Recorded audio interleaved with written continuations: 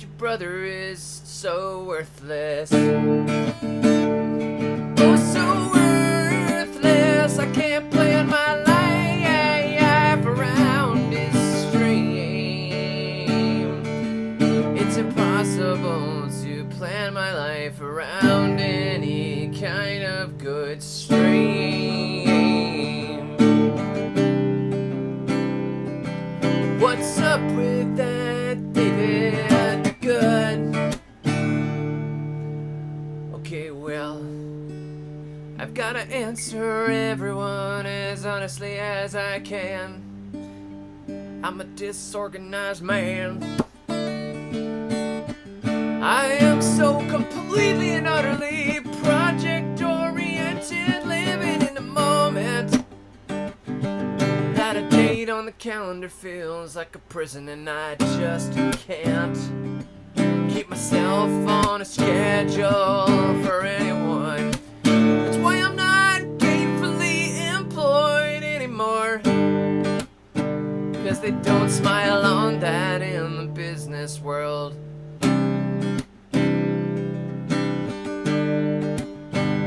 So anyhow, my song is over. My song is over. My song is over.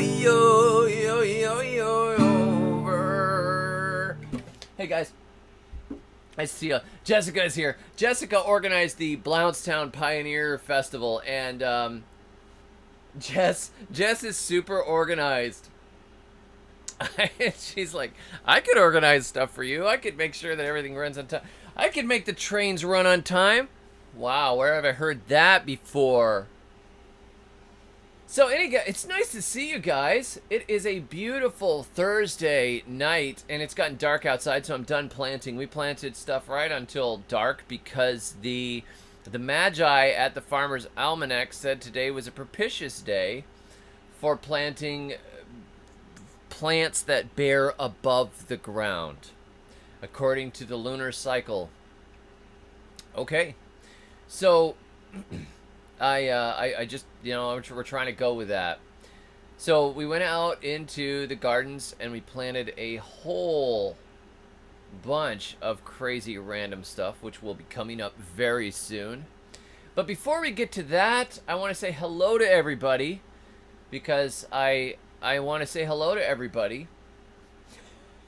Hey, Karen, Uncle Charlie, KS, 2 Timothy 3, 2 Tim 3, oh, in-house, Ultimate Gardening.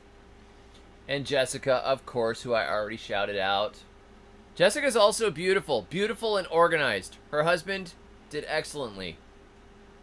Integrity and Intention with Faith Kornacki, good to see you again. And Beth West, Alan Turpin, Adam Burley, Sean, Shaners 87, BB's Bountiful Blossoms, that is good. I like that title. Velo, Joe Serrano, Paulini's here. Be anxious for nothing, but in all things give thanks. Hugh, Carolyn, man, it's good to see you guys again. I love seeing all the names that I recognize. No matter how big this channel ever gets, I just hope we can stay friends. It's not you, it's me. Ginger Ninja. Good to see you again. Koi. Carla Lela. That is like the Carla Lala. Carla Lala is like the best bossa nova. Like a bossa nova name. Carla Lala. Carla Lala. Carla Lala. Carla La La. Carla La La. Oh, I lost that. Carla La La. Carla La La.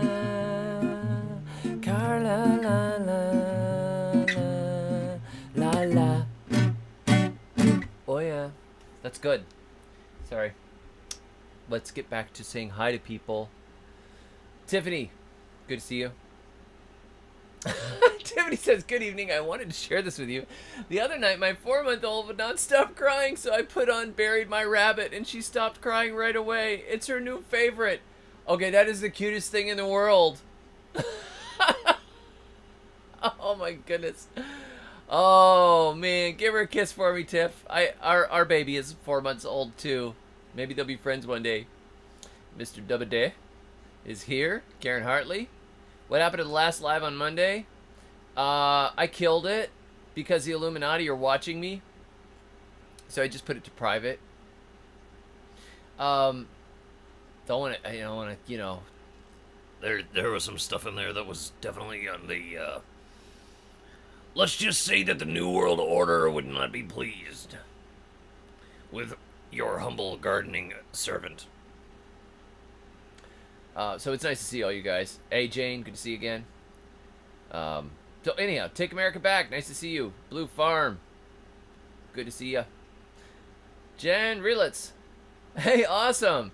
Jen says, I've been hosting food forest tours every Saturday to inspire neighbors and friends to grow stuff. Well, if you ever film or take pictures, send them to me. I'll repost them. That's awesome.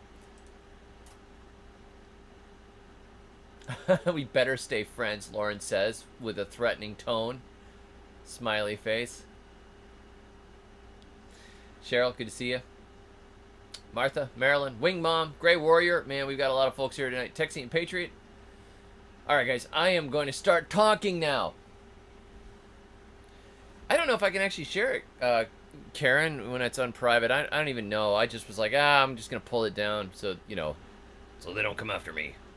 I don't want to have, I don't want you guys, I don't want to be found with, a couple of nail gun injuries to the back of my head. But anyhow. No way, Jess. 2 different goats having triplets? Why don't you drive a few up and drop them off for me? You mean you stop talking? Paulini, watch it now. So anyhow, today we went out in the grocery row garden, and a couple of my kids and I, a couple of my daughters, we went through the seeds and we just started planting stuff. All right, what about all these half-empty packets of cucumber seeds we have? Let's mix them together. We'll stick them here and there through the grocery row gardens. They'll be a mulch. Hey, look at all of these sunflowers we got. I bought 5 different varieties of sunflowers, plus I had a couple others here and there scattered in the seed collection. I took the sunflowers, mixed them all up, so there's a bunch of mammoth, giant seed head types. Big, such and such white sunflower seed, such and such ultra super mammoth, massive, scary sunflower, and all these things. I mixed the seeds up into a handful, and it just went through all those gardens and put them in there. I also took a handful of papaya seeds that I had on the counter, and I scattered them all through the grocery row gardens. They're probably not going to live, but I mean, they're going to make biomass, and we might get some green papaya salad out of it at the end of the season. Who knows? Maybe one of them will be cold hardy enough to save seeds from. Don't know. But well, let's see what else we went out, and I stuck in some a packet of lima beans. I took a couple of different types of cosmos and just scattered them here and there, roughed the ground up, cosmos here and there and everywhere, all over the place. It is I can see the potential coming up, The thing I love about this system, as I make in this title of video, as referenced, as developed, as referenced in the title of this video, it is Anarchy Under Control. One of the things I loved about my food forest system down in North Florida was that over time I had planted so many random roots and seeds and vines and little trees and herbs and vegetables and all kinds of perennials everywhere, that when I would go out in spring and as things started to wake up, I was perpetually surprised by the interesting interactions that were taking place. Look at that. That's that little redbud tree, I think. That was that little stick we got from the Arbor Day Foundation. One of those pathetic little sticks that they send out. And it's got a yam growing on it. That's cool. Oh, I forgot that I stuck turmeric underneath the pear tree. Oh, look at that. That's a butterfly pea growing up through the corner there. Oh, wow, look at that. That must be the purple yam. That's definitely a purple shoot. I don't even remember when I threw those bulbils over there. And added to that were things like the little seedling plums that would come up, the chestnuts that planted themselves, sort of, because I dumped a bunch of produce around Thanksgiving. There was a bunch of produce that I got from Publix, and I like boxes of rotten produce that a friend had saved for a tortoise rescue. I dumped all this rotten produce. It was too bad for the tortoises. And guess what? Seeds were coming up out of it. You know, little tomato plants popping up here and there, and then some chestnut trees. And these things just start creating their own order. I get asked a lot, you know, do you do companion planting? Yes, I do. But I don't do it like you would think. Right? So you, let's say you've got a camp. The first day of camp, a whole bunch of kids come from all over the place. Some of them know each other, some of them don't know each other. They come from all over the place. They're going to go have fun at camp. There's that first day when everybody's just showing up and nobody really knows each other. But you've just thrown a whole bunch of kids together. After a few days, the kids have started to make friends with other kids. Some of the kids are off by themselves doing what they like, or wandering through the woods because they hate camp, like I did when I was a kid. I absolutely hated camp. But let's not talk about that. I think I'm mostly over it now. But the kids start to make friends, and it's like, oh, this kid and this kid, they end up friends, and they end up like really enjoying, say, you know, the canoeing part of it and the swimming. And then these couple of girls find out that they have such and such in common, and they're like best friends after day 2, day 3. But not all of the kids get along, and some of the kids fight with each other. I'm looking at you, the kid that shoved me. Yeah, so some of the kids don't get along, and other kids do get along, and they start to just sort and make their own relationships.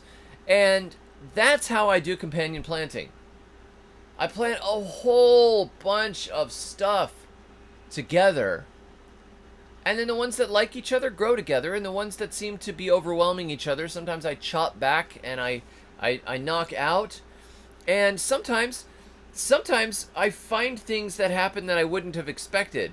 Sometimes stuff show up and interactions take place that I find really beautiful and interesting, and sometimes it's just a total mess where it doesn't really yield particularly well. And then I just come in with a machete and I just chop that area down, because it all feeds the soil. Anytime, like in today's video, anytime you have roots in the ground, you're pumping sugars into the ground, fixing nitrogen, accumulating minerals, feeding fungi. All of this life is happening when you have a mixture of plants going together. And so there's this, maybe it's an anarchistic approach. You know, I'm not like, parsley loves tomatoes, but don't put your dill next to the, what was it? Is it the eggplant that doesn't like dill? You know, it's like, I don't know about all that. And I don't really care about all that. It feels too organized and formulaic. Some things obviously work really well together. You know, like if you're doing a cover crop mix, you have a grass and a legume together. And even extra points if you put a brassica in, and then you've got 3 different types of leaves, 3 different types of root structure, you know. But what if you just take 20 or 30 different types of seeds and throw them together? Very interesting. Very interesting. The interactions that work are going to work, and some of them are going to suppress the others, and it's not going to work. Somebody commented on the video that I wrote, won't the sorghum, you know, stop other stuff from growing? I don't know. Maybe some of it will, but maybe there's not as much sorghum in some areas. Maybe it doesn't matter. Maybe other things, like how does brown top millet do when it's planted next to sorghum? How is the sun hemp going to do? Sun hemp is known for suppressing other stuff. Who cares? So long as I have a big carpet of green that is building up the soil, I don't care. In my grocery row gardens, the companion planting that I do is exciting and fun. It's not formulaic. I look and say, okay, how tall is this thing going to get? Obviously, I'm not going to plant vining beans next to an apple tree that's only 4 foot tall and is just kind of getting going. I don't want to put yard-long beans around it and have 12 foot of bean growth, just completely cover it and crush it for the season. That's not the right combination. So I might take bush beans and put it around the bottom to fix a little bit of nitrogen. I might put strawberries underneath it as a nice living ground cover that also feeds me. I might scatter a handful of wildflowers so the wildflowers start blooming and the good positive insect pollinators are buzzing around that tree. I might put comfrey there that I can chop and drop, or cannas that I can chop and drop as mulch. And I might mix all of these things together, and if anything starts to get up into the branches of the tree, I chop it down and just let it fall on the ground and rot. How does God plant a pasture? Well, you get to fall, and sometimes earlier. Some plants start seeding in the spring, some start seeding in the summer, and some start in the fall. But a lot of times at the end of the year, there's a whole bunch of seed heads all over the place. Animals come through and graze. Some of it goes through in their manure. Some of it gets knocked around by the wind and blown all over the place. Sometimes it gets snowed on and crushed beneath a layer of snow. Sometimes there is water that floods through the field. Sometimes there's a fire and some of the seeds get burned off and other ones get stimulated to grow.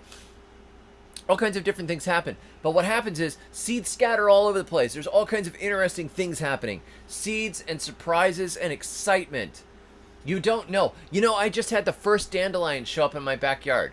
I don't think that my yard was in good enough shape to grow dandelions before. And I am so excited to see a dandelion pop up in one of my disused garden beds.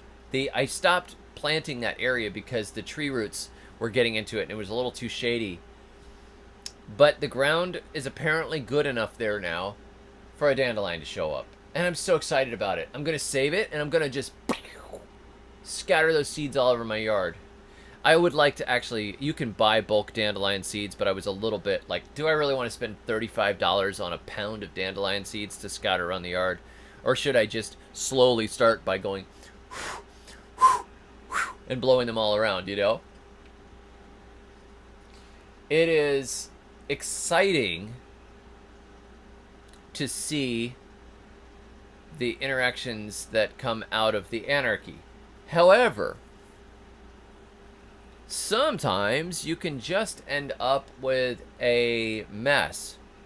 There is a balance between the anarchy and the productivity. It's a line that I'm trying to walk. And the grocery row gardening system, here's my little grocery row gardening book. The grocery row gardening system is anarchy under control.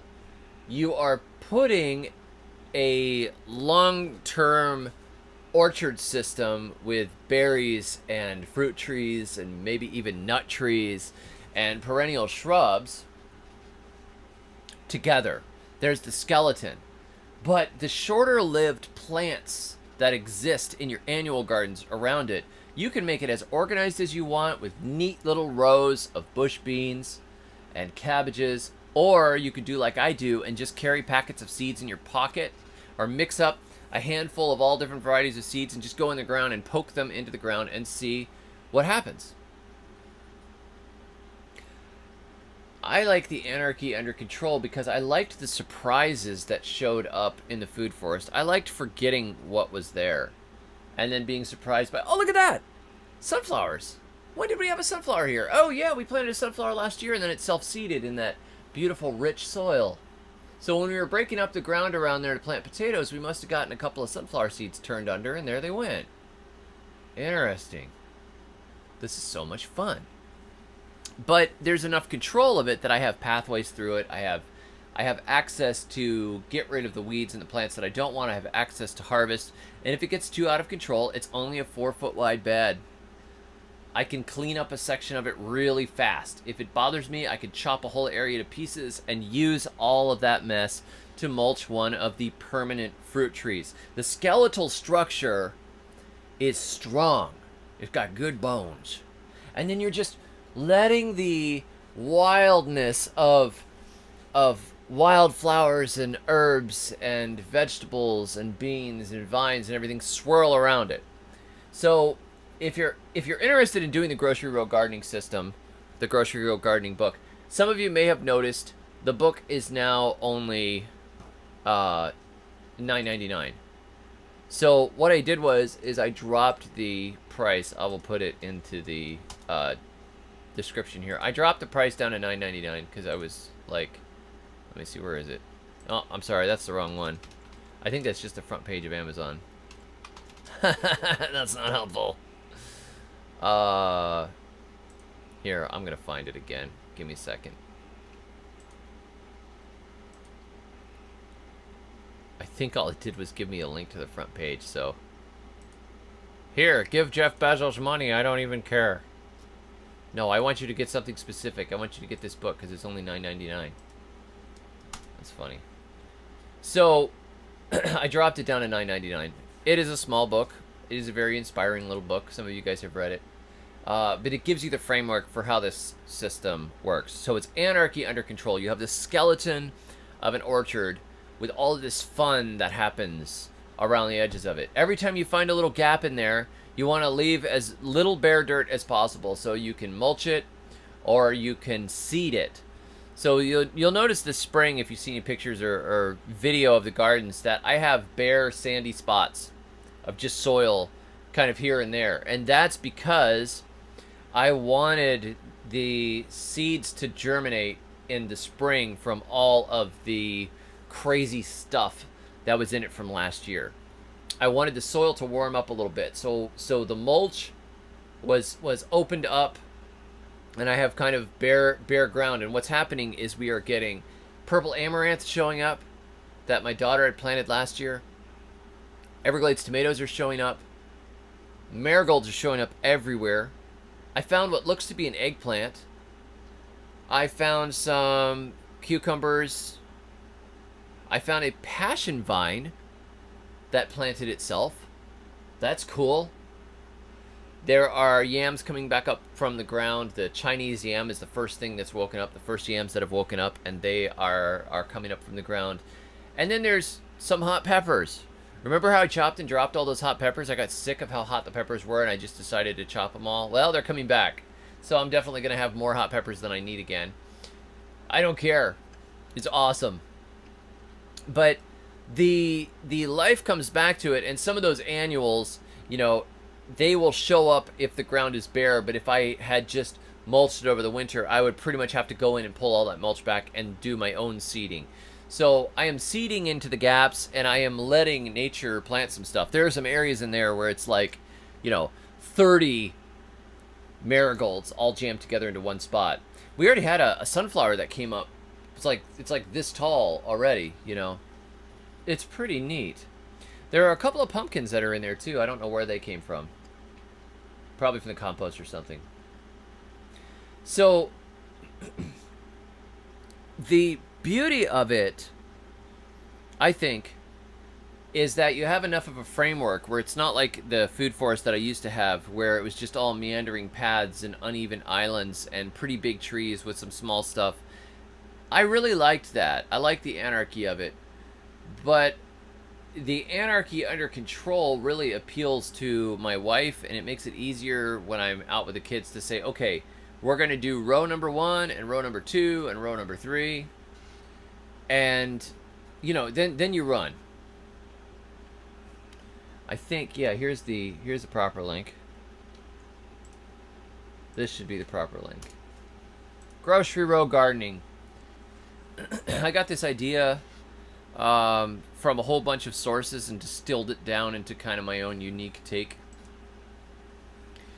And I'm absolutely loving it. We are pulling out strawberries right now. So last year we planted strawberries and we got a few strawberries, but this year there's lots of strawberries growing, and I'm so happy that they actually survived.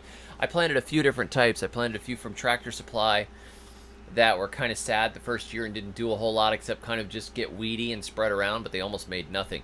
But this year, those are loaded. We're like strawberries like this coming out in this big spray around each one.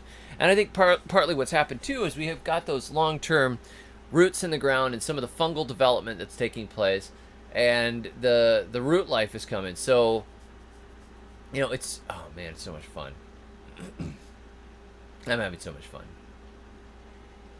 Oh, the link in the description. Let me see if I can change that while I'm actually live. I don't know if I can or not. Let me see. Okay, try it. Try it now and see if it works. Thank you. The great thing about strawberries, Thomas, is that once you get one strawberry plant, they like to make little runners. They start to spread easily, and they're like spider plants. Do you guys ever have spider plants? My grandma had a spider plant, and it makes all these little plants that come down the sides, and they come out of a hanging basket. Strawberries are like that too. Some years ago, I lived in Middle Tennessee, and I gardened there, and I owned a little house. I worked a normal little job. I only had 2 children, 3 children. We lived in a little brick house, and there was an Aldi's that was nearby. Oh, thank you, Karen. I appreciate the help. And this Aldi had a hanging basket with strawberries in it.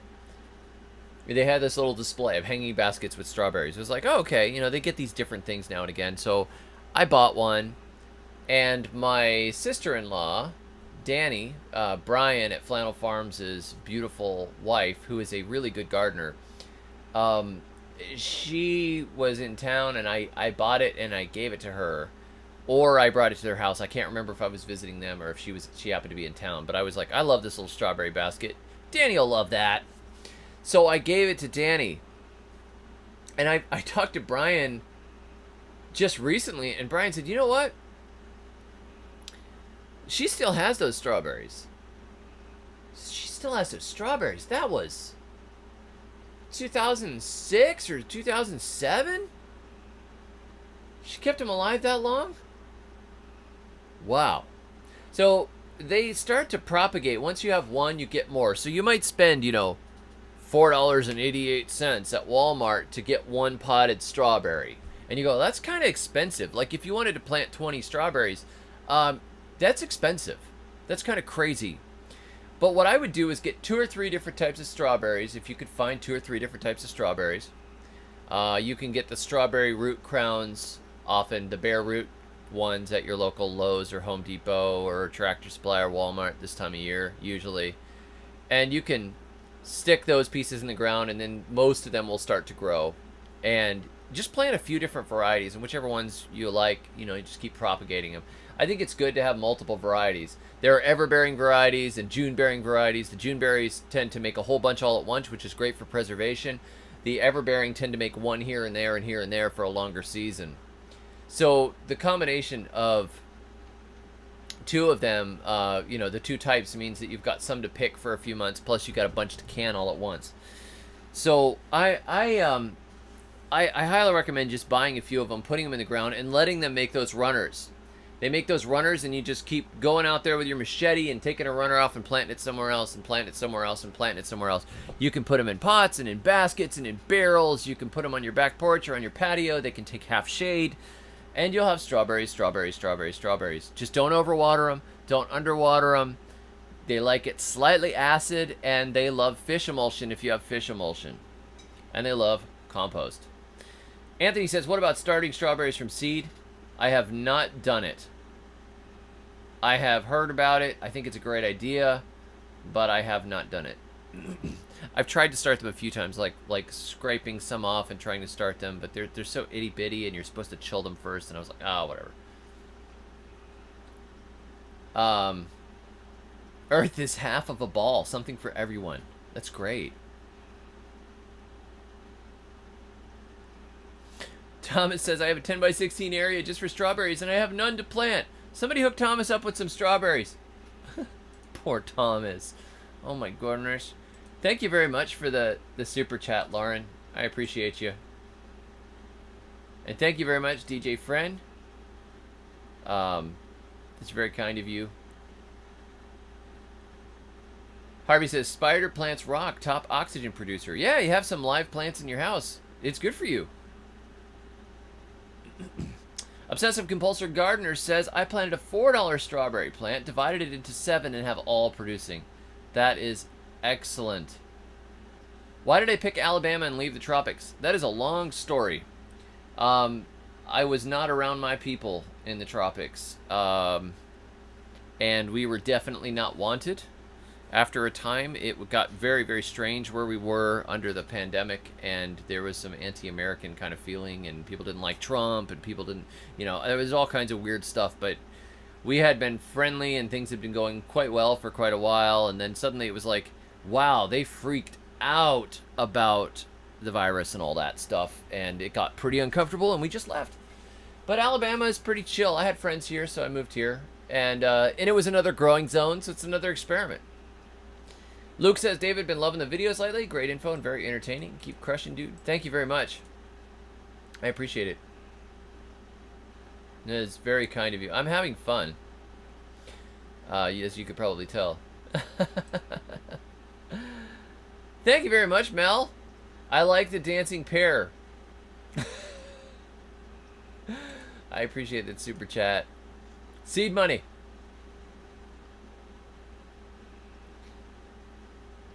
Don't forget the blue strawberries. Yeah, Sean. I got some of those white strawberries. What are they called? Pine berries or something? I just got the first one of those. They were very tart, the one that I got. So I don't know if I picked it when it was fully ripe, but it sure looks cool. It's like a white strawberry with little pink seeds on it.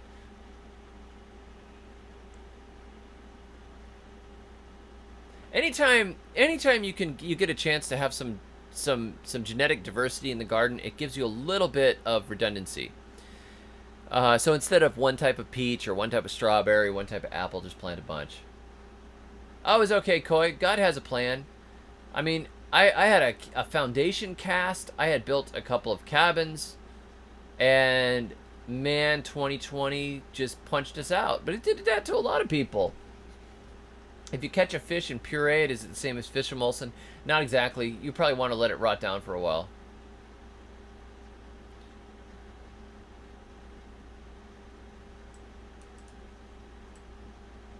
I have not crossbred cantaloupes, but we have crossbred melons. We'll have an interesting year this year with the melons. I'm not sure.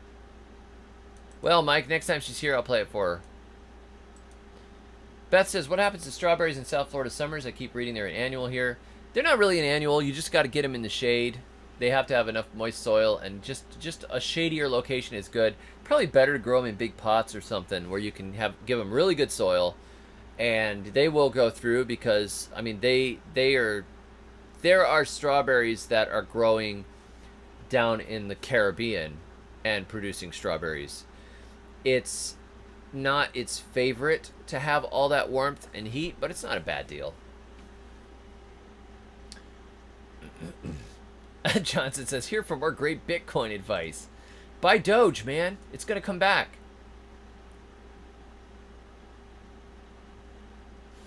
Anthony says, I planted 17 rows of corn this year, total of 9 varieties. Man, Anthony, I would love to see how that turns out. You probably saw my video where I'm doing something similar.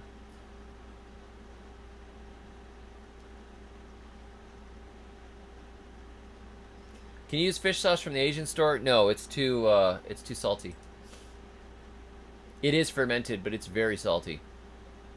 J Fields 1984 says, I'm in central Alabama growing food forests and grocery row gardens on a few acres. I've been watching you for a while, so thanks for your work. Thank you. That's awesome.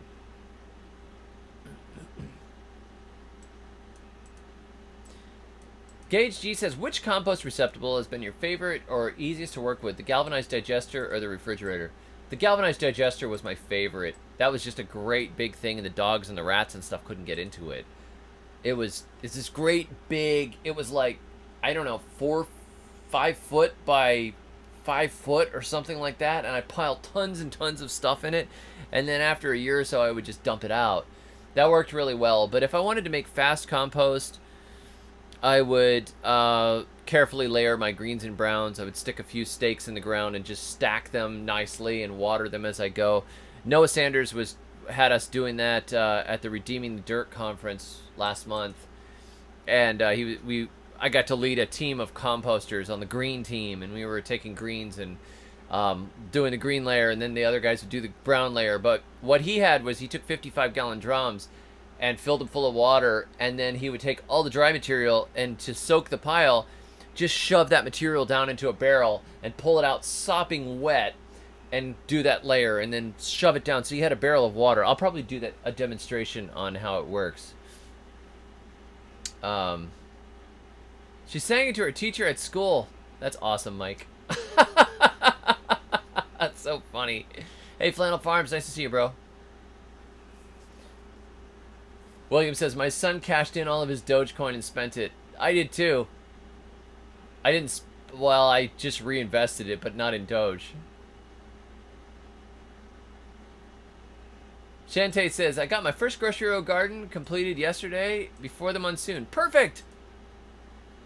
I have been doing the pasture planting thing. We did that yesterday before it poured rain, and then I posted the video today. I bought Doge at a nickel.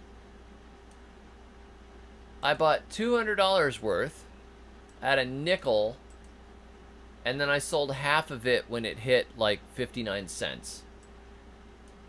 I should have just sold all of it, but that was a pretty good turnaround. It was like 600% return or something. I don't know what it was. That's probably not right, but it was pretty good. 1,000%. I have a friend of mine was like, yeah, Elon's gonna buy this. I'm like, $200 on Robinhood right now. I will do a $200 bet. And that one actually paid off. I am going through here. Mel says, today we planted 2 Barbados cherry, a Brazilian cherry, a jackfruit, and a custard apple. Really getting started on our food forest. So exciting. Oh, I love it. I love your climate too, Mel. Oh, man. It's okay. I'm okay. Victorious Clinton says, hey, I just found your channel about 2 days ago. Been enjoying the grocery row gardening videos. Do you know Owen Benjamin? Yeah, he interviewed me once. We talked about gardening at one point. I don't know, a couple years ago. Back, I think when I was still in the tropics. I think maybe more than 2 years ago. Yeah, I like what he's doing with his homestead from what I've seen.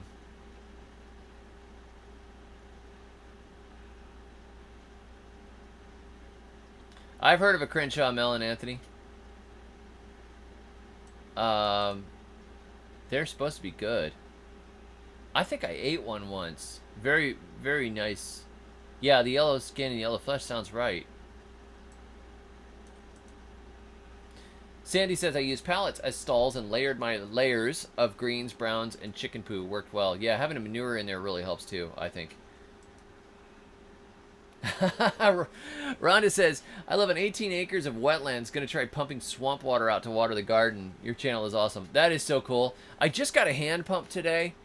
Like the cast iron type pump, and I want to see if I can run a pipe into the pond so the kids can water the chickens and stuff. There's a spring part of the pond that's pretty clean, and I want to clean it out. It's just, we started to clean it out last year, but it had a moccasin in it, so we stopped.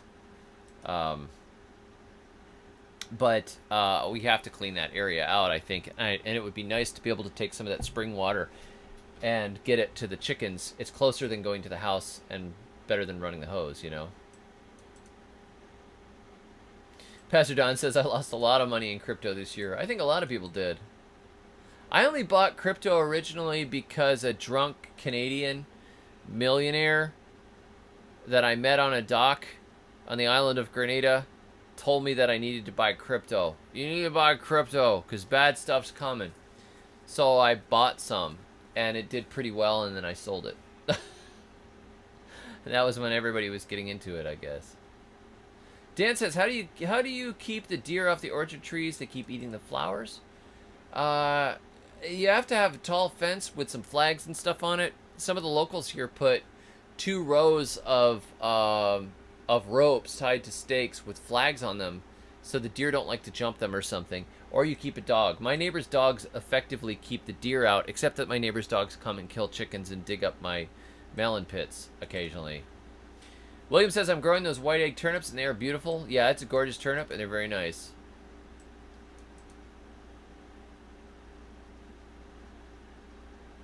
I had bad luck with chayotes, Jetty.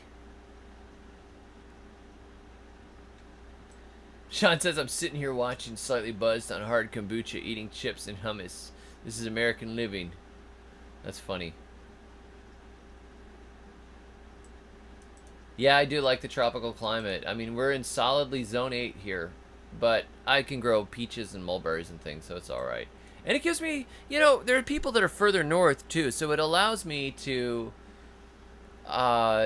connect with gardeners that are harder to connect to in the tropics. I mean, my channel has grown a lot since I moved back to Alabama.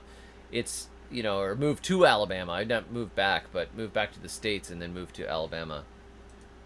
So I didn't know I was going to end up in Alabama. I was going to end up in Florida. Earthling Drew says, how's the Moringa that was overwintered? It's doing great. I took the rings and the leaves off of them. And there's buds coming out of the trunks. Looks good. So in the greenhouse right now, we are also starting a bunch of stuff for transplants. We had these this variety of eggplant. It makes a long green eggplant that we got from Baker Creek. My daughter planted a bunch of those. I got a soil blocker, so we made soil blocks and planted eggplants into it. So we're gonna have more eggplants than we ever would want. I think we planted like 50.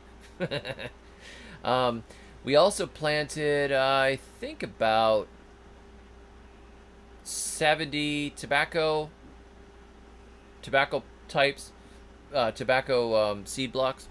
But what we did was we took 3 or 4 different types of tobacco and mixed up the seeds and planted them, looking for very large leaf types with somewhat mild leaves. Back in the back during 2020, when I was stuck on the mountainside with almost no internet and all the airports were locked down and we couldn't go to the grocery store and we were gardening and living off of our stockpiles, I had tobacco growing in the garden, and I dried the leaves and I would sit on the mountainside way up high so I could try to connect to the internet and talk to my family. And I would smoke it from a bamboo pipe that I made. I cut pieces of bamboo, and I would dry the tobacco on the dashboard of our parked car because there was nothing else we could do with it. And when it was dry, I would crumble it up and stuff it in my pipe, and it was comforting. Go smoke tobacco on the hillside from a bamboo pipe.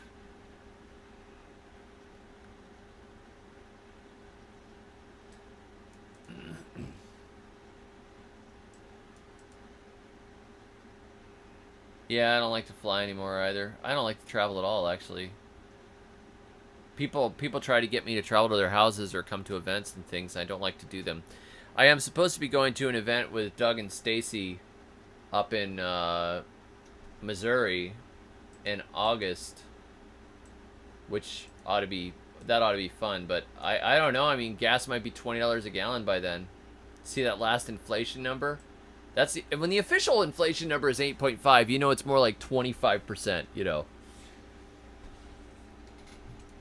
Zachary says, I overwintered my Moringa just as David the Good suggested, and it worked like a charm in 9A. Yep, it's just how we did it in North Florida. It worked well here, too.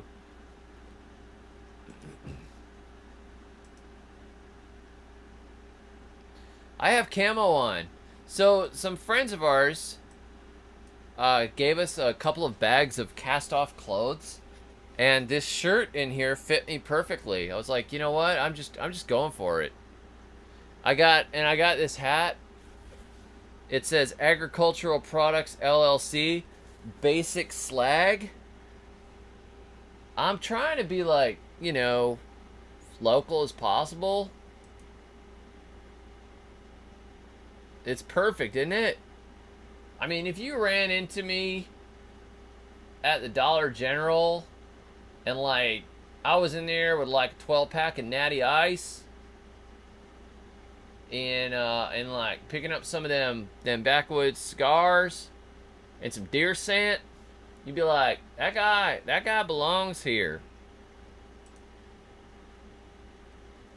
That's what I'm going for, you know? I want to fit in.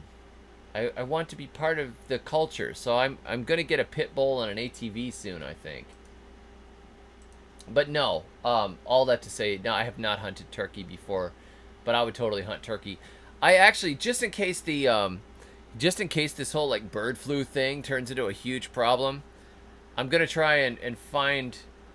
I'm gonna lose my chickens in a boating accident. Let's just put it that way. I think everybody needs to have feral populations of chickens now, just in case. Shawnee says, learning what varieties of each item of food go best in my personal area has been an adventure in itself. Taking notes every year to see which are drought tolerant. Love gardening. Absolutely. That's the way to do it, Shawnee. You can learn from your backyard. You can learn so much.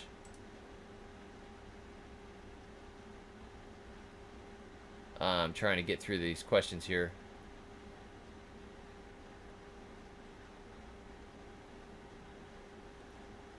MTM says, do you know of people who can get things growing well in places like a Mile High and Los Padres National Forest? I'm having a super hard time. I would hunt for local gardeners, local gardening groups. I did write on gardening in the mountains recently, but I also did another article on high desert mountain gardening. I talked to some local nurseries and a forestry agent and asked them, which tobacco did I grow? I grew a type called banana leaf and then a Havana type, I think, and I think we put a burley in too. Tiffany says, where is a good place to get tobacco plants? The seeds are easy to get. I've never seen anybody selling the plants. I don't know of a certain variety that would do best in Florida 9A, but I just buy 4 or 5 different types. Go to Victory Seed Company. They sell lots of tobaccos. My daughter is going to sell tobacco seeds too. Isn't that amazing? Corrupting the youth. Next thing you know, it should be like liquor running over to Georgia or something. Jetty says, my chayotes were doing bad and I made some Dave's Fetid swamp water and they're doing way better. Oh yeah, I'm excited about that too. The swamp water, you know, people keep saying, why don't you have the swamp water? I said, well, my barrels are in the greenhouse. They're all occupied. But I met somebody who knew our channel and he didn't live that far away. And he said, I got some barrels. I got a good source for barrels. So there's your barrels with screw tops on them that were left over from the Kaneka Sausage Company. They kept sausage casings in them, so they're food grade. And they have a screw lid, which means I can make fetid swamp water. And I can put like 4 of them out in the different areas that I want to make manure-rich Dave's Fetid swamp water, etc. So, yeah, it's cool. I'm excited about it. It does work, Jetty. I'm glad that it worked for you. Johnny says, do you need to cure tobacco or quick dry it? You can quick dry it, but it's harsher and it's a rougher smoke. If it dries when it's green, it really is pretty harsh. Like drying it in the car is pretty harsh, but I didn't care because we were all going to die anyways. It was 2020, right? Who cares? I was out there drinking... rubbing alcohol and smoking uncured tobacco. If you can hang it up in a pretty humid place so it dries slowly and the color goes from yellow to brown, that's much better. If it dries and it's still green in it, it's harsh. Finest weed in the South Fire thing. That's right. Pastor Don says, I need to send you pictures of my mulberries. Somebody gave me 7 little seedlings in 5-gallon buckets 2 years ago. They're now 12 foot tall. Oh, I love it. I'd love to see that. Mary says, thank you for all your warnings about grazon. David, people need to know. Yeah, and people are sending me pictures, too. People are writing in those comments. Do you know what this did to my garden? This happened. I got hay. I did straw bale gardening, and it died. Oh, I have some beef, man, with the guy that wrote Straw Bale Gardening. Joel Karsten. Dude is a jerk. An absolute jerk. I wrote an article on potential danger in straw bale gardening, and he just tore into me, said I was doing it for clickbait, and that unfortunately people like this just come up with stuff to, sell clicks. And I'm like, I wrote this article. I'm not, I mean, here you go. Here's the information. Oh! And he attacks me. And the guy can't even write well. But hey, man, his book is in every store. I got this clever method. Well, dude, you got to do something about this. You should be warning people. You shouldn't be getting on people that warn people. You should be telling them, source your straw responsibly so stuff doesn't get killed. Nobody's living in some sort of weird world and just thrashing around. He threatened to sue me because of the pictures on my website I took from a Google search. Oh my goodness, man. I screen captured some of his comments and posted them to my website. It's very entertaining. But yeah, the grazon is a big problem, and hay, straw, manure, compost, mushroom compost, your neighbor's horse manure, it's all potentially contaminated. Very, very nasty. Jess says, I want you to come back next March for Keepers of the Old Ways. I will try. It might be a long, long ways away if the price of gas keeps rising.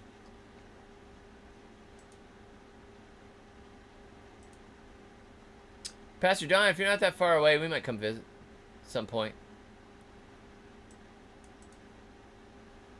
Patricia says, please consider reading The Great Controversy by Ellen White. It's the primo book for the last days. You will be amazed at the lifetime of information in that book. Yeah, Ellen White is an intriguing character. However, I believe that that the Seventh-day Adventist thing is definitely false, and I just am not impressed in general. I had friends that were Seventh-day Adventists, and I just don't buy her as a modern-day prophet. But thank you for the recommendation anyways. Jared says, I'm trying catnip, but I will have to wait for it to get big enough, and the meantime, cabbages are it. Yeah, Jetty says I need a fat lip of dip and a mud jug. That's the way to do it.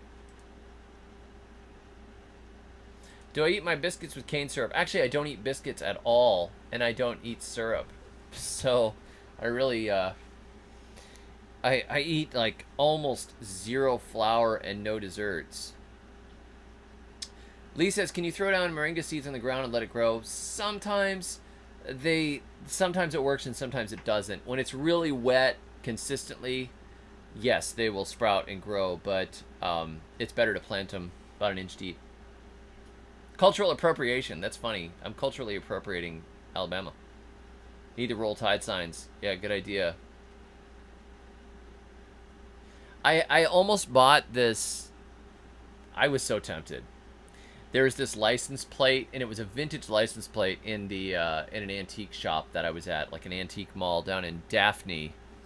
There's this big antique mall, which has a bunch of like modern junk in it, which just irritates me. All this like interior decorating vases and furniture and stuff. It's not all antiques, which I'm very disappointed in. And it was very poor on garden tools. Not enough garden tools. I was only like a 3 out of 5.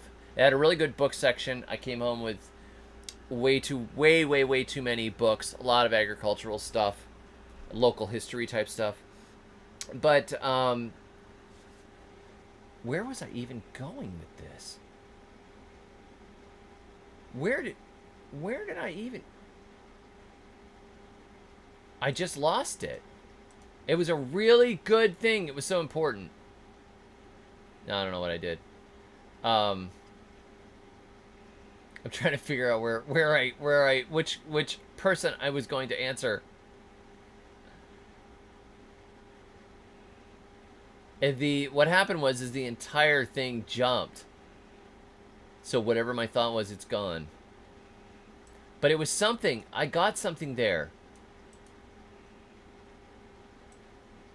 Do you eat your biscuits with cane syrup? Throwing moringa seeds on ground.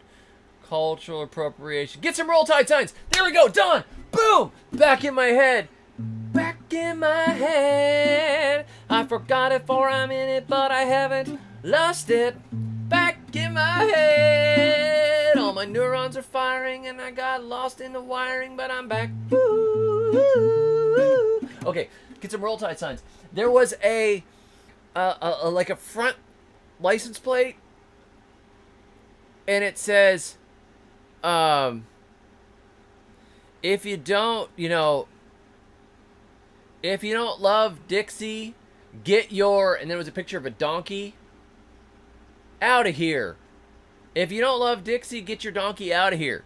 And I was like, I showed it to my eldest son. He laughed. He's like, it's tempting, isn't it? I'm like, oh yeah, it's tempting. This vintage license plate. I was tempted, but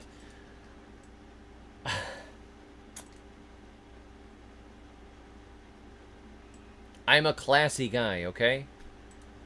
I'm a family man. We try not to cross those lines.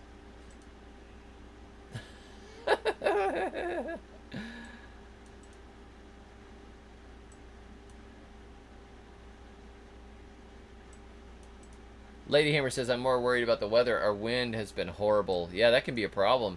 You probably need some wind breaks. It's important. Patricia says, I used alfalfa pellets meant for horses last year as a side dressing fertilizer for all my plants, and they thrived. Fruit trees doubled in size. Oh, that is fantastic. That is fantastic.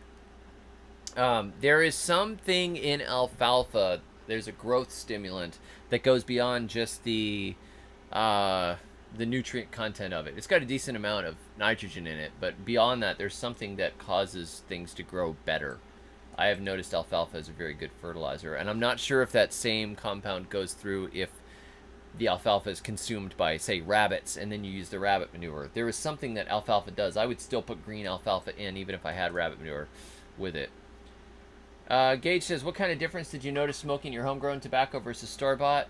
I think it was a little cleaner. Like, I felt fine smoking it, whereas sometimes smoking store-bought tobacco makes me feel a little weird. Like it's got junk in it or something. Yeah, landrace fowl breeding movement would make sense. They just go and they do these PCR test things on these chickens apparently, and then they're like, oh, this chicken's got it. Let's kill all 10,000 birds. Wouldn't you think that you would allow the immune system to work? I would think so, and see what happens. But I don't know. I mean, there's one set of genetics probably for most of the broiler industry, and it's probably similar for the egg laying thing. It's all a mess. Factory farming is horrible anyways, but when you join it with government, it gets even more stupid. Shantae says, swamp water, we have terrible weeds. Any weeds can be thrown into the water. I don't need any more sticker vines, but I sure have an abundance to add to swamp water if it's okay. Yeah, I would add them unless they were actively in seed. Sometimes seeds will go through and live, but generally the rotting for a few weeks will completely destroy it. Craig says, you got to build a still, David. Actually, I bought one. I have one. Yeah, but I mean for water. Ryan says, I read your tobacco book. It was great. Now I have some different strains sprouting in my room under some grow lamps. That's awesome. Donna says, I have coffee seeds. Not sure where they came from. How do you grow coffee? Is it a tree or what? Yeah, it's a small tree. But coffee seeds are usually not viable. Unless they're fresh. Tobacco is a son of a gun to get going. That is true. Have a good night, Lauren. Good to see you. Kelly says, I bought some Backy from Daisy. My son's making mead. I figure he's learning a barter skill since we don't really like alcohol too much. LOL. Yeah, I'm not much of a drinker myself, but it is a good skill to have. I'm not really a super smoker either. The anaerobic bacteria in your swamp water die when exposed to oxygen, right? Probably. Mostly. Yeah, I mean, when they get poured into the soil, it's a very different environment, too. What is good to grow in a Florida hot summer? Cassava, Mexican tree spinach, moringa, jicama, yard-long beans, okra, Everglades tomato. Everglades tomato does better at the beginning and the end, but it usually, lasts a good while. Those are my recommendations, as well as true yams and sweet potatoes for calories. If you have my book, Totally Crazy Easy Florida Gardening, it will help you a lot with figuring out Florida gardening. Totally Crazy Easy Florida Gardening, and then the Florida Survival Gardening book is more concentrated on food production. Okay, Craig. My daughter is growing a bunch of stuff to put out for seeds this year. The launch of her seed store did well. She sold out of a lot of stuff, and she has to learn the logistics now of how much stuff to grow. She's planting a lot of things deliberately. A Fishes and Loaves Live says, people tell me the swamp water should have a bubbler. What's your view on bubblers, D to the G, in our swamp water?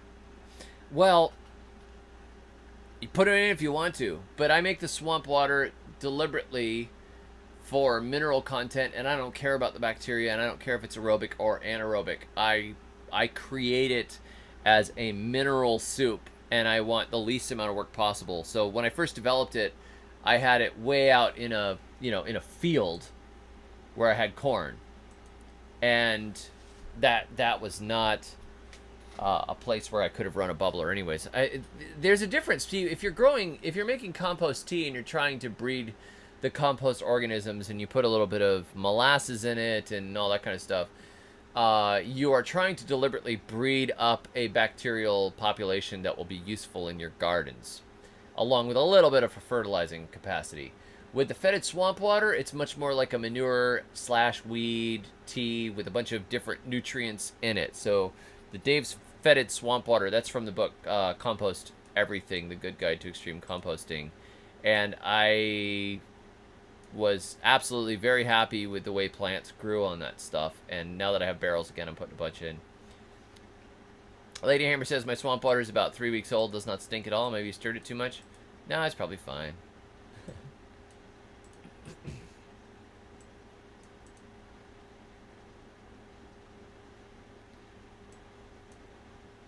Jared says, just harvested my first Tabasco, grew it inside. Packet said it would take like 130 days, and it took like 7 months. Monkey Mommy says, do you put the swamp water on plants that are already fruiting? Only if I'm pouring it around the base of the plant. I don't pour it on anything that I'm going to be harvesting within the next couple of weeks. Usually I use it to get stuff started and to feed trees and crops as they grow, but I don't want the anaerobic bacteria. Karen says, I've tried to warn people about aminopyrrolid in survival groups, and people don't believe it. They say I'm making stuff up. Oh, yeah, I've gotten that, too. I've had people say, well, you just are applying the manure too fresh. You know, you have to compost manure. Or, you're just making this up for clicks. I'm like, no, I'm not. I mean, it's every stinking where. But listen, people, you're not going to survive. And if I believed in Darwinism, I would just say, you deserve what you get. But I don't believe in Darwinism, and I still say that. You are too dumb to survive. I mean, it's really easy to look up. Look up aminopyrrolid damage. So you're the smart one, Karen. You can't save these people. You can't save all of them, and you shouldn't even try. Do I think brewery grain is safe? Yes. It's high in protein. The carbohydrates have been fermented out of it. I have a friend with a distillery, and I think brewery grain is fine. Except that it is going to be GenMod corn, probably, if you're worried about that, but I think it'll break down. How do I feel about Bitcoin? I think Bitcoin is basically only... it's not a good investment. I think that it's just a speculation. I do not trust it to stick around. I don't know who invented it. The whole Satoshi story, I don't know. But, I mean, I made some money off of Bitcoin. I didn't do awesome, but I doubled the money that I put into it, so that was good. But I ditched it when it hit 60,000. A coin. I had like... I mean, I had I think a quarter coin when it hit 60, so that was great, but I'm not holding on to that. I tell you what, I'd rather have garden tools or a piece of land or some old silver dollars or, you know, that sort of thing. Shucks, probably better to have a tractor because the internet goes down or, you know, the government regulates their stuff and it disappears. I don't know. They'll come up with a way to crack the code on it and then the blockchain will be useless. Who knows? I don't trust it because it hasn't been around for a long time. So,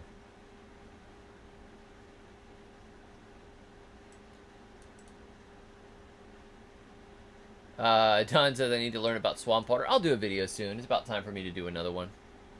I will do it. Acres Quarter Acre, nice to see you, man. I walk around with a 5-gallon bucket and pick out the weeds. When I get a good load, I just dump it in the swamp water bucket. I cycle weeds with Mexican sunflower. Works awesome. Plants love it. Yeah, that's awesome. Zachary says, I've stunted and killed many a plant with my swamp water. You're making it strong, probably. It's amazing. Maybe the dead are the lucky ones. Wow. That's good. That's good. I like that. Ready?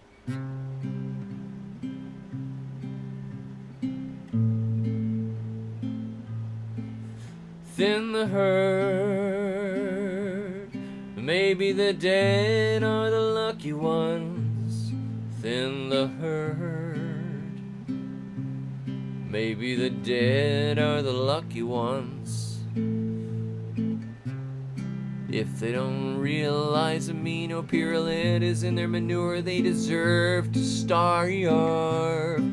Now, It's one thing if you don't know something. That's not, you know, if you don't know, you don't know until somebody tells you. But when somebody tells you, you should do your due diligence. It doesn't matter if something sounds crazy. If somebody says, say, we didn't go to the moon, you'd better go look up all the conspiracy videos and deep dive on it for 3 or 4 days until your eyes are bloodshot. Did you know that there's like no shadow on his second boot? Did you know that NASA funded Photoshop? You know, it's fascinating. You better go look it up, though. I mean, seriously, if somebody tells you something that may or may not be useful to you, if somebody says, "Did you know that that if you eat a diet of blah blah blah, it will help with your blood pressure?" Oh, okay. Well, that's interesting. I'll go look it up. I mean, you're not out anything, and you may learn something. You have to have some humility because there's so much knowledge we don't know.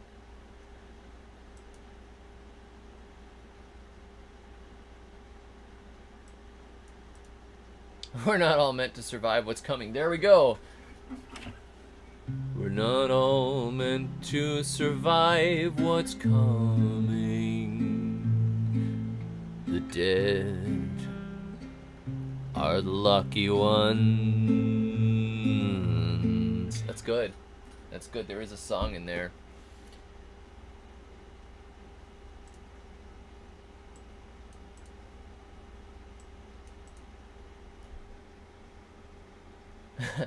Natu says, my feminized seeds sprouted outdoors in the grounds and some cold weather came back a couple of days ago. Will they be okay? I don't know. I mean, women can handle the weather pretty well. I mean, sometimes I know women complain that the air conditioning is too cold. So if the seeds are too feminized, they might be like, why is this AC so cold? I am literally freezing at my desk. Who keeps turning it down? Right? So if they're that feminized, they may not, you know, they may not like it. I don't know if they're going to die or not. But, you know, I mean, but they're definitely, like, I've seen, I saw a video of, like, you know, Russian women in the cold. I mean, or they do those polar bear things. Men and women are all jumping through the ice. So just because they're feminized doesn't mean that they're not necessarily going to live. Formidable Jake says, how much should I be watering a sand garden bed for yams and sweet potatoes before summertime in Florida? You really only have to soak it pretty good every few days. If you soak it too much, the roots tend to stay near the surface. Soak it real good and just let the water run right through it. It also helps if you have a little bit of mulch on top of the sand because the water tends to infiltrate better. The sand tends to kind of get a crust and become hydrophobic.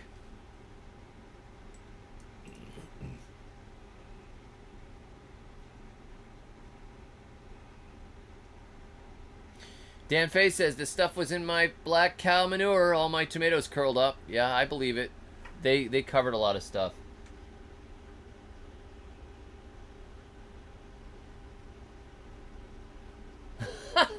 Biden sounds crazy, and look at him. He's president. That's funny. Have we had any sane presidents in the last 100 years? I don't know. What's a good grain corn to grow for birds? I'm not sure. Whatever grows best in your area.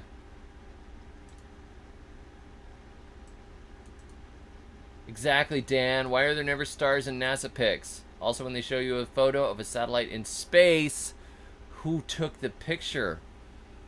Well, there must be other satellites. Maybe they have, like, you know, a drone up there. It's probably Pete Canaris' drone. He's got a good drone. I've seen some great shots.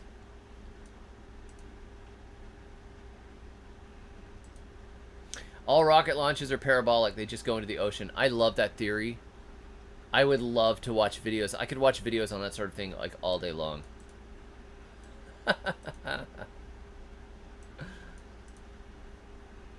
Craig says, trying to grow bitter melon this year because they say it's good for my diabetes. I have heard that too. Another one that's supposed to be good is longevity spinach. I have heard is supposed to help balance as well. I love it.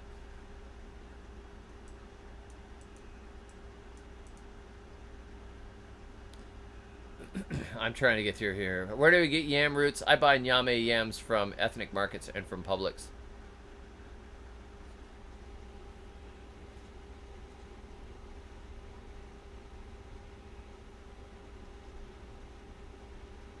Yeah, let's see. Trying to catch here.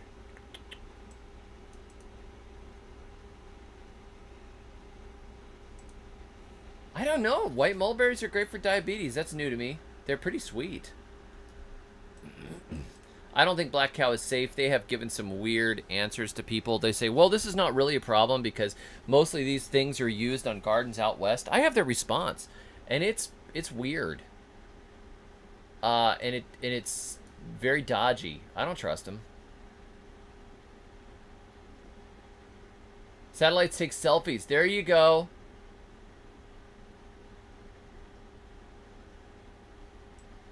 Pete Canaris already has a food forest on the moon. That would not surprise me. Hey guys, it's Pete Canaris. What's growing on?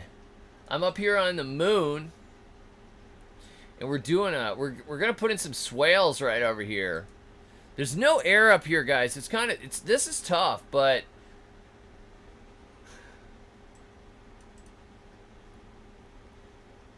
millet is very good for birds, by the way. How the cows doing? They are doing well.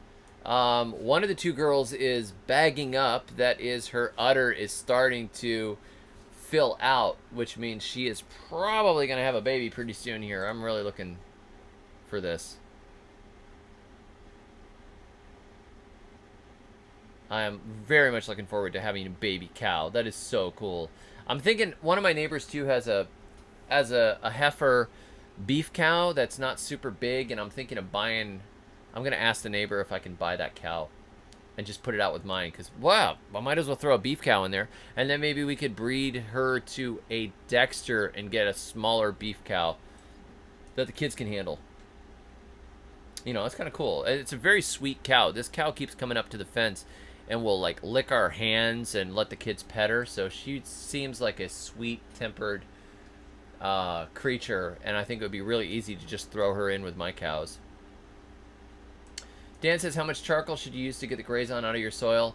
I think I put about an inch of charcoal on the surface and just turned it into the beds, and the next year it was better. But also turning the ground helps it too. The soil organisms chew it up. Craig, try finding ube yams on Etsy. Etsy has almost everything now. Green Country Country Agroforestry said, I got some nice Murasaki sweet potatoes from the ethnic market this year. Got a few slips from them. Very nice finds. Awesome. Good work. Hey, D to the G, did you ever think about growing mushrooms? I tried it once. It was too much work, and I stopped. So, like, on purpose, no. I'm just not... I do forage for them pretty regularly, but in the season... It was like getting spawn and drilling holes and putting plugs in trees and then stacking the logs. I'm like, I'm not going to do this. I like to just walk around with seeds in my hands and stick them in the ground. And I'll eat mushrooms when they show up.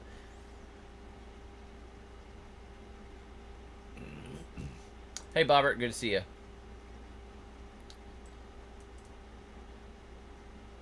Sean says, Pete Canaris has native Florida satellites. Great nitrogen fixtures. Oh, that's awesome.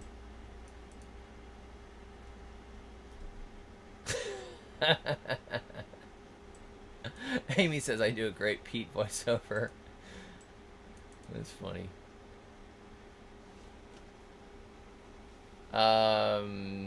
Trump 1 says, if you're growing your own feed, corn will outproduce sunflower by weight. I did not know that.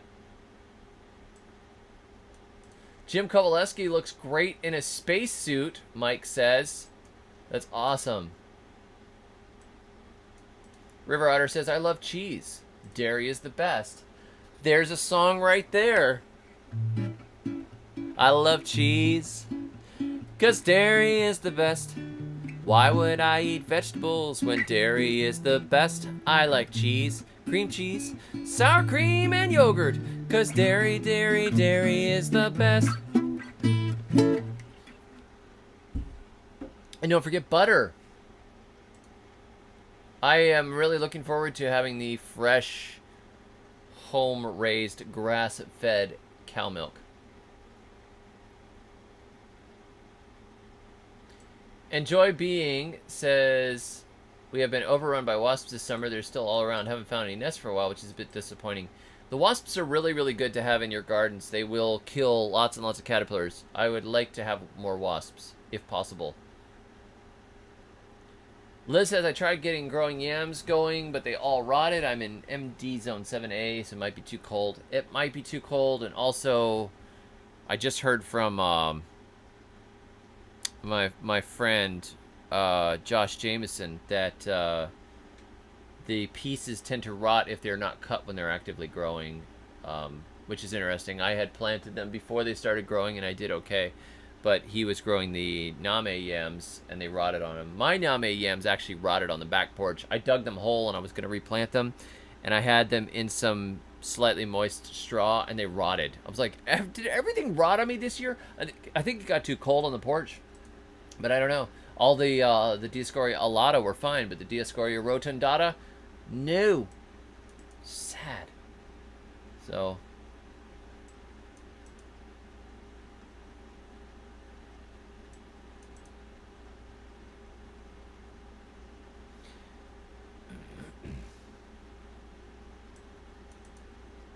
Anthony says, we got 2 pregnant cows. We got them in December. No idea how far along they are. No. Wow. That's kind of fun. Who knows? You'll be able to tell. Usually you could tell when a cow's getting ready. You'll find out. It's 9-month gestation. Did I ever try growing pineapples? Do they like full sun if they're in mulch? Yes and yes. They like full sun and mulch. They will still handle shade, however, and they can't take cold at all.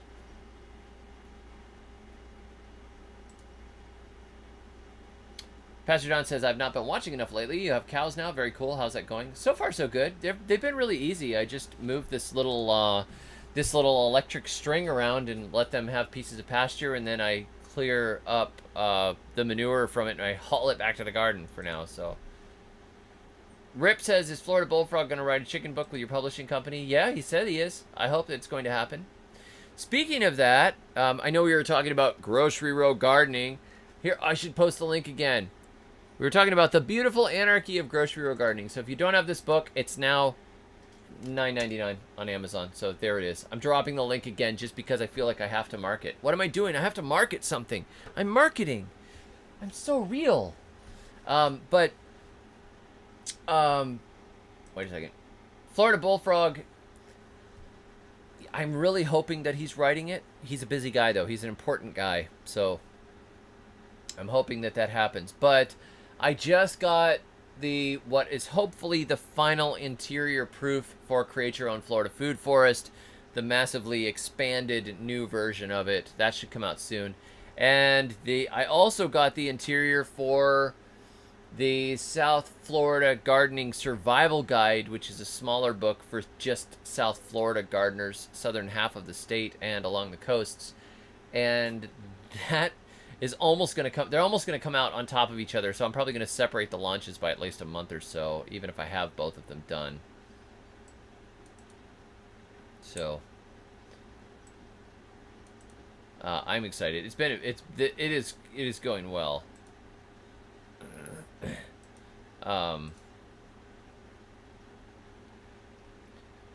Let me see. All right, Jow, that's enough crazy, okay?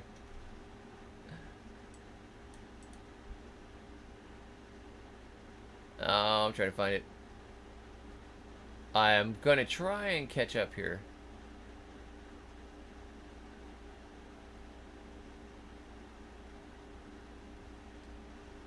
The smell of cow dung just brings back memories of Mexico as a kid. Isn't it interesting how certain aromas, some people be like, oh, I don't know about that, or I don't like that, or whatever. It reminds you of a place or a specific time. Yeah, it is interesting. Every once in a while I'll smell something and it'll take me back to being on vacation or visiting family. There was this particular musty kind of slight mold aroma and damp air of the cabin that we would visit and stay at in North Carolina when I was a kid. And if I smelled that smell again, I would just be there. I smelled a perfume, and it was exactly like a perfume that my grandmother wore 20 years ago. And suddenly, it was like she was alive again. And tears came to my eyes when I smelled it. I was like, It was such a strong memory, just a complete visceral, like, oh my goodness. And I am not emotional. I am a cold-hearted machine. But that hit me. But since I'm a Sigma male, it's okay. If I wanted to cry, I totally could, and it wouldn't be weird at all. But I don't, because I'm a Sigma male. 999 is 666 upside down exposed. That means it's the opposite of the devil. 999, it's the opposite of the devil. This is God's... No, it's not necessarily God's gardening system. That's a little too much, but it's good. It's a good garden. Am I growing any sugarcane this year? Yes, and I actually have to mulch and feed it. It's not looking all that hot. Need some help. A tropical grocery row garden, any suggestions? Yeah, go back and look at my video, Vertical Gardening the Permaculture Way. That was my grocery row garden in the full tropics. My main central plants for that were bananas, plantains, and papaya, ice cream bean, and the occasional smaller edible fruit that I could keep under control. Yeah, it's definitely, it's awesome in the tropics, and you can get a perpetual ground cover of sweet potatoes underneath. Robin says, would love to grow blueberries. Trying to catch up here. Where do I go? It just got ballooned. Where are we here? Would love to grow blueberries in Florida Zone 10A. Any recommendation on best ones to try? Well, Southern High Bush would be the best, but I wouldn't bother trying. I would grow Jabuticaba. I would grow Black Suriname Cherry. I would grow Jamaica Cherry. I would grow Cherry of the Rio Grande. I would grow Mysore raspberries, and I would skip trying to grow blueberries. I mean, if you really, really want them, try some of the Southern High Bush types, but they're not ideally suited, you know. You just have to have blueberries, but there's so many tropical options that you can grow in Zone 10. I wouldn't really miss them that much.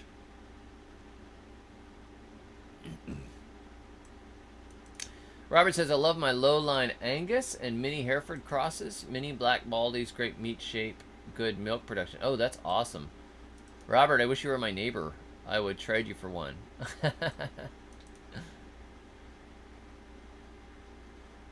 Karen says I need the tobacco and caffeine in print, waiting patiently. I know, I should put it in print at some point. I would like to put it into a bigger book called Vice Gardening and just completely include it. Is South Florida technically Vero Beach and further south? Yes, anywhere Zone 10 and warmer. Even Tampa Bay would be applicable.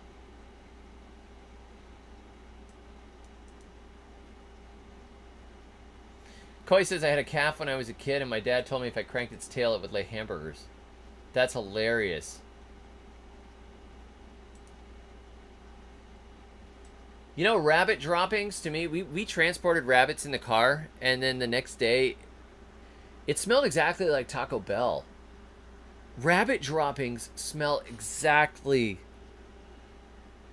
like a 12-pack of soft tacos that has started to cool. Have a good night, Acres Quarter Acre.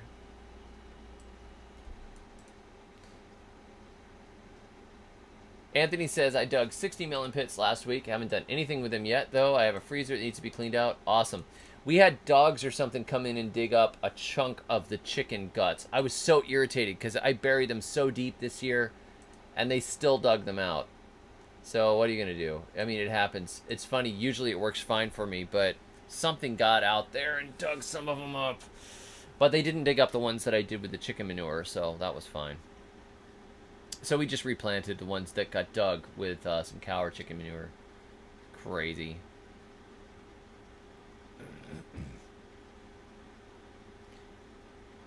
Said you would like to buy the book, but you can't do it because of credit cards. Well, if we ever run into, come to one of my events in person at some point.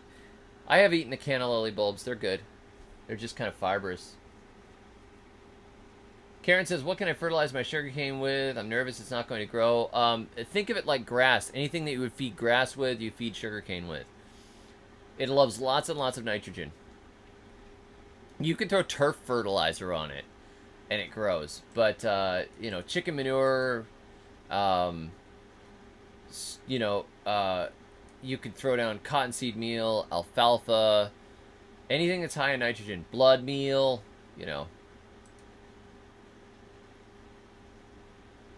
Yeah, God's gardening system has every tree bearing fruit after its kind, but do the best you can. Mulberry too, there you go. Fishes and Loves Life. Mulberry's another good one for South Florida. Rabbit droppings are great compost.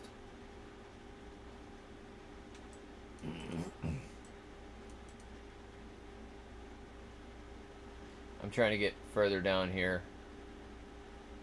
The dogs watched the video and knew where I planted the chicken guts. You're probably right, Dan. Here, do what I'm doing. And then it all fails. It's always a problem when you're, you know.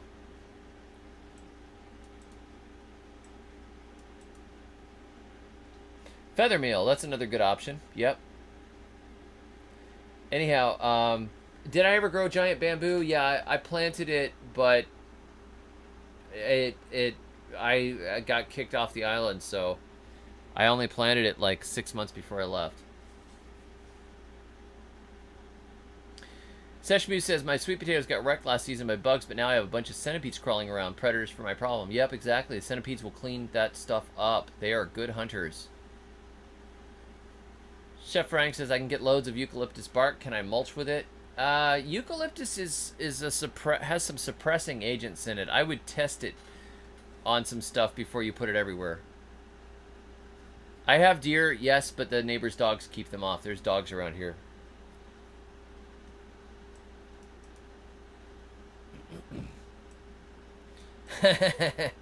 Hotter in Northern Virginia than South Florida. I understand that.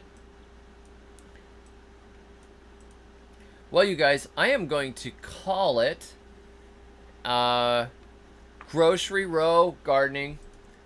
This is my book on Grocery Row Gardening, which is now $9.99. If you're interested in Anarchy under control, the link is here. I appreciate it, but yeah, Sean, there are some vices and then there are some vices. Some of those things are not that big a deal.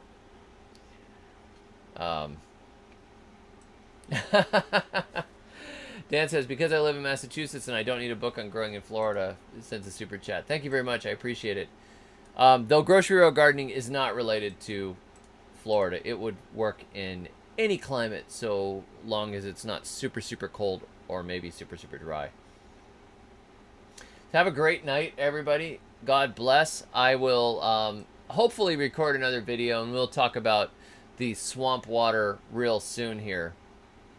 And I've got to do a tour through the grocery rows, but I might wait a week or two because stuff is just really starting to pop and the seedlings will be coming up more. And think everything is starting to move now because it's warming up. So you guys have a great night. Catch you next time. Until then, may your thumbs always be green.